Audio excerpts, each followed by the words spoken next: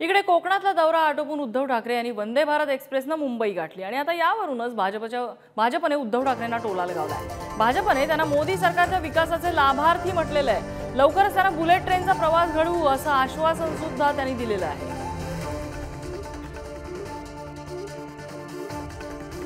दरम्यान ठाकरेंची शिवसेना आणि भाजपमध्ये कसं सोशल मीडिया वॉर रंगलंय आपण बघूया।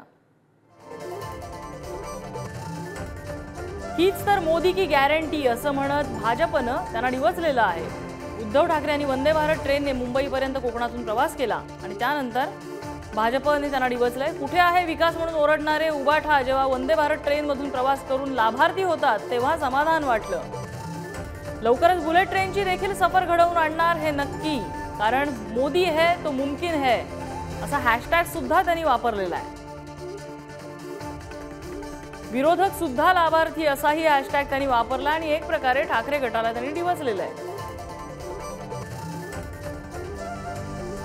तर शिवसेनेने त्यावर प्रत्युत्तर दिलंय। कोस्टल रोड MTHL ही ठाकरेंची गॅरंटी होती, पण क्रेडिट घेण्यासाठी पंतप्रधानांच्या हस्ते उद्घाटनाची घाई होतीये।